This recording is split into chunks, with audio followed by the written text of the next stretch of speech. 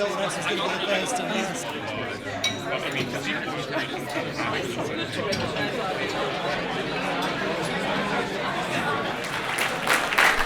Hi, my name's Terry Sanderson and I'm your host for this afternoon. Like all award ceremonies, we're going to leave the big winner to the end. And then we draw her name out of an envelope in dramatic fashion. And we all know what that can lead to. Well, we did think about having a major accounting firm to oversee the envelope. But if we should happen to pull out Cliff Richard as the winner, you know that we cocked it up without the help of PricewaterhouseCoopers. Anyway, now we're going to hand out our own Oscar, our Tipsy. Yes, our Tipsy. That's, of course, an acronym for the Irwin Prize for Secularist of the Year. And to kick off proceedings, I want to start by thanking Dr. Michael Irwin for his sponsorship of this prize and for the preceding 11 prizes in this series.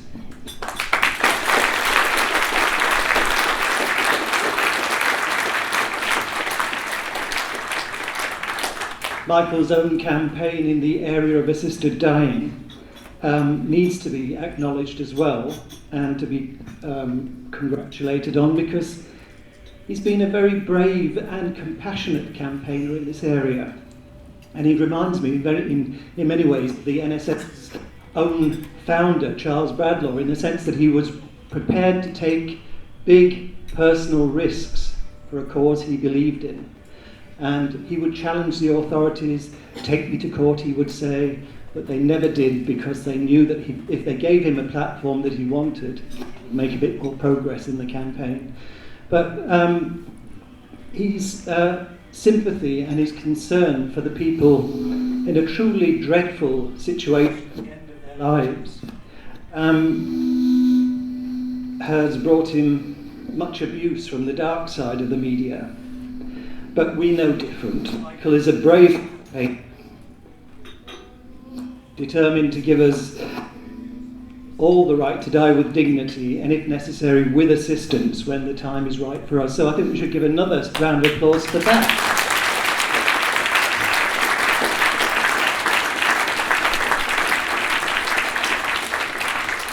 As you probably know, the NSS has been celebrating its sesquicentennial this year. Don't start fiddling with your phones.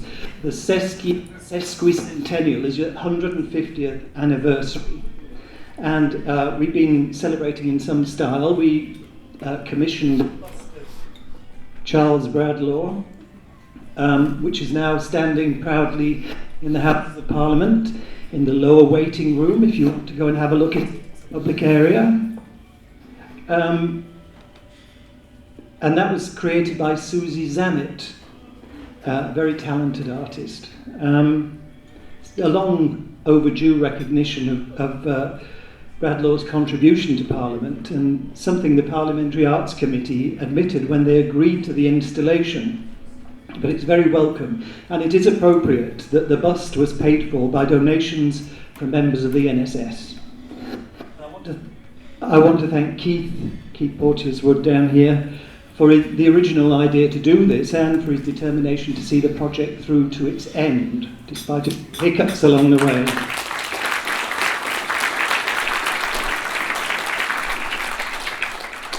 Later on this year, in September, the famous portrait of Bradlaugh at the bar of the House by Walter Sickert is to be rehung at Manchester Art Gallery.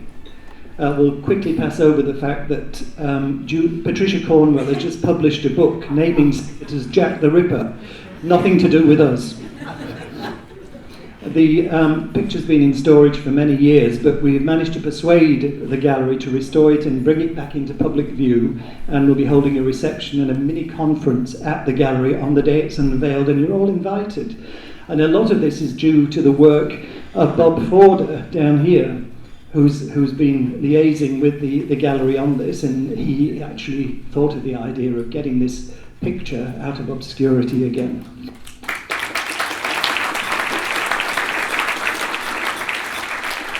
Meanwhile, the NSS has been busy as usual on many fronts trying to push back the boundaries of religious privileges and from our opposition to so-called faith schools to abolishing the bishop's bench in the House of Lords. We're also campaigning for an end to religious opt-outs for pharmacists that sometimes results in women being unable to obtain proper contraceptive services from their local chemists. These are just a few of many fronts that we're fighting on. They're all motivated by our belief that secularism is the safest way for politics to proceed. We can see all around the world what happens when the opposite of secularism, that is theocracy, takes hold. Organised religion never rests in its push for power and influence. We can see that it's having some success in the USA, with the religious right chipping away at the First Amendment in its ceaseless effort to control the lives of all Americans.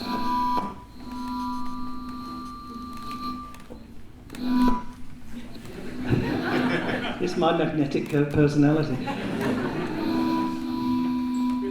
Mr. Trump, thank you. Yes. In the Middle East, the bloodlust and the power-seeking of religious dictators and fanatics has caused mayhem and misery that spreads all around the world. It's good to see Mariam Namazi with us today. As many of you know, Mariam was the very first winner of our Tipsy all those long years ago.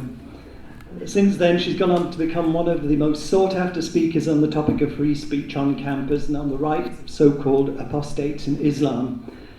She always delivers her message with passion.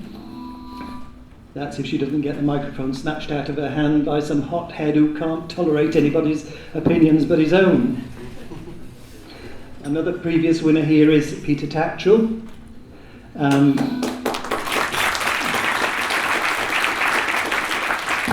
Peter is one of Britain's leading activists on a whole range of human rights-based issues.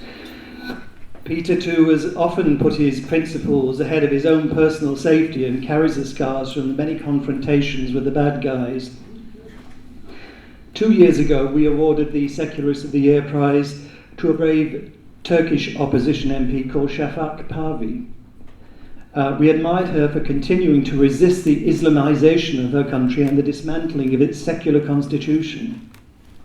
This has become an increasingly dangerous occupation. When a fracas arose recently in the parliament, and they seem to arise quite frequently in the Turkish parliament, she was assaulted and tipped out of the wheelchair that she's obliged to use. She wasn't badly hurt, but it must be worrying for her to see the creation of what is in effect going to be a dictatorship in what was once a bastion of secularism in the Islamic world.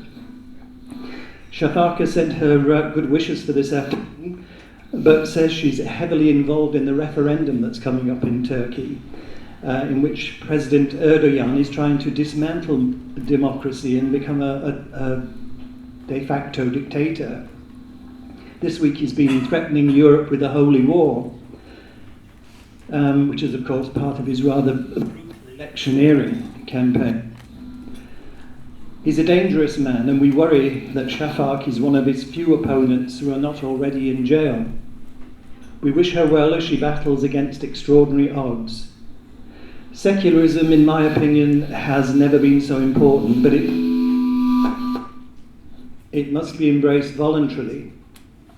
We have to persuade people that secularism is in their interest, that it's their friend and not their enemy, and that applies to the religious and the non-religious alike. Secularism is not something to be feared by people of faith.